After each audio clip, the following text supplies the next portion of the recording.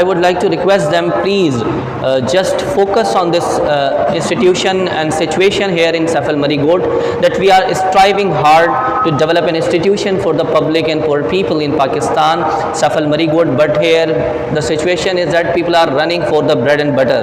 They don't have even to eat one time, and we are going to support them for food and shelter along with the modern education and Islamic education. I would love you guys and the people listening to me in foreign countries to please donate us, cooperate with us, and we would definitely share the videos, and along with that video trust account number, all that would be shared with you on the videos along with the passage of time. It will take some time. We are working for trust, we are working for the account, we are working for building of the shelter of the people and the widows and orphan women in our society in Pakistan. This is a village area of the village Safal Marigot along with Basti. So I hope that you people listening to me would definitely cooperate with us, spread this message to the world. There are thousands of the people in the world, they have love for the people, serve the nation and the Muslims. So I hope you will definitely cooperate and contact with us.